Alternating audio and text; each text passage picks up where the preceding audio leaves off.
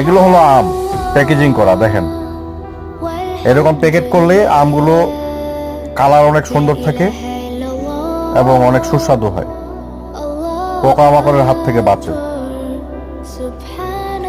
এটি হলো লোকোয়াট। লোকোয়াট পাম জাতীয় একটা ফল, দেখেন এই যে। আর এটা হলো হানি ডিউ, বাঙ্গি জাতীয় ফল। রক মেলন, হানি ডিউ মানে যা আছে সব হলো বাঙ্গি জাতীয় ফল। আম দেখেন, আমের কালারটা কি একবারে লালচে ধরনের, মনে হচ্ছে খেয়ে ফেলি। আনারস,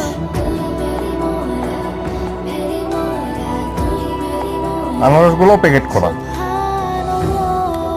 লাইক কমেন্ট শেয়ার করে পাশে থাকবেন।